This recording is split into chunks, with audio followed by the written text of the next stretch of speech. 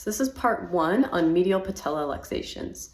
So medial patella luxations is a really common injury that we see in small dogs. So if you ever have seen a small dog who, as they're walking, they skip a step and hold their leg up, that's probably because they have a luxating patella. So let's talk about what that means. So this is a model of a dog's knee joint. This is from the side, that's from the front. If I pull back this tendon here, which is coming down from the quad, you can see this little bone on the inside here. So that's the patella or the kneecap. So basically this should sit in this groove of the femur and slide up and down when the knee bends. So when the knee is bent, that patella is sliding up and down in that groove nice and smoothly. So with medial patella luxations, what happens is instead of staying in that groove, this patella pops out of place towards the inside or medially and is out of place when that knee is bending and extending. This causes pain, it causes inflammation, it makes the knee feel unstable, and dogs will often hold their leg up. Usually it pops right back into place, but some dogs can have a kneecap that stays out. So in part 2, we'll talk about how we grade patella luxations. So we can grade patella luxations depending on their severity from 1 to 4. So a grade 1 luxation is when the patella can pop out of place, but it quickly goes back in. These are dogs who usually will do one little skip and then they put their foot back down. Grade 2 luxations are when the patella intermittently pops out of place and it may take a little more effort to get the kneecap to go back in. So these are dogs who might skip and then sometimes keep that leg held up until they kick or get that kneecap to pop back into place.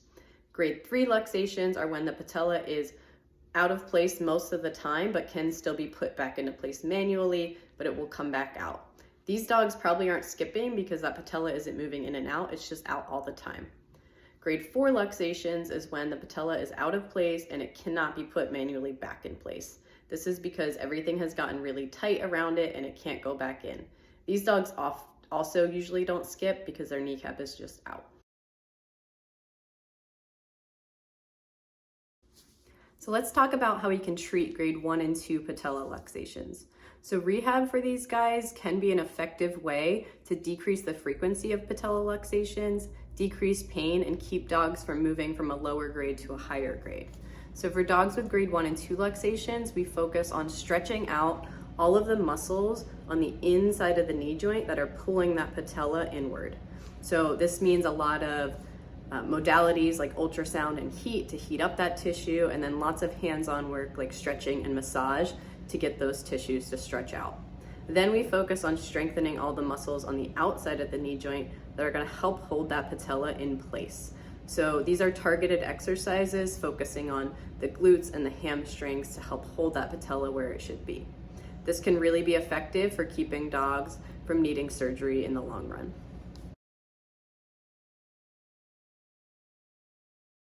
So let's talk about how we treat grade 3 and 4 patella luxations in dogs. So unfortunately for these guys, rehab is very unlikely to do anything to keep that patella in place because at this point the groove has worn down so much that there's nothing to hold it in place, even if we stretch these muscles and strengthen these muscles. So for grade 3 patella luxations, surgery is a viable option. They can do things to change the anatomy of the bones to make it so that this patella stays in place. So they do things like deepen this groove, they can change the angle of the femur, all to help keep that patella in alignment.